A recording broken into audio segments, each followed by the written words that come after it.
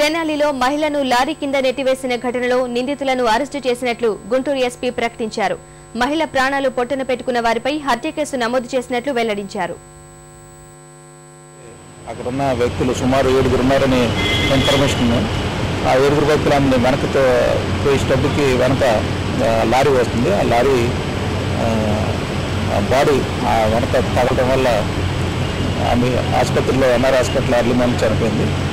ఈ కేసులో out of 6 members already కస్టడీకి తీసుకున్నాం, అరెస్ట్ చేసాం.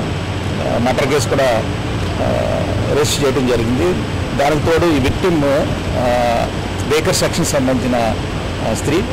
ఎస్సీ/ఎస్టీ కేసు కూడా ఎస్సీ/ఎస్టీ కేసులో ఉన్న ఇంపార్టెంట్ సెక్షన్స్ కూడా యాడ్ చేయడం జరిగింది. చాలా పకడ్బందీగా దర్యాప్తు చేస్తున్నాం.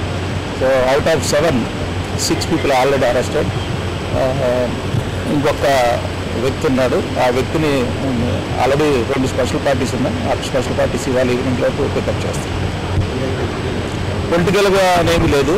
దీంట్లో ఇద్దరు గారపాటి కన్న బోపిదేవి రామని వీరిద్దరూ కొంతమంది పొలిటికల్ లీడర్స్ దగ్గర ఇంతకుముందు డ్రైవర్గా పనిచేయడం జరిగింది. వాళ్ళిద్దరిని పికప్ చేశాం.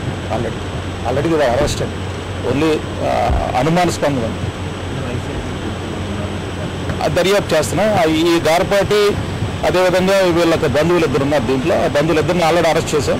అతను కూడా ఉంటే దర్యాప్తు చేస్తున్నారు. దీంట్లో ముఖ్యాంశం ఏమిటంటే ఆ కూతురు ఐడెంటిఫై చేయడం జరిగింది. ఆమెతో కూడా ఐడెంటిఫై చేపిస్తున్నాం. దర్యాప్తులో తేలితే యాక్షన్ కూడా తీసుకుంటాం.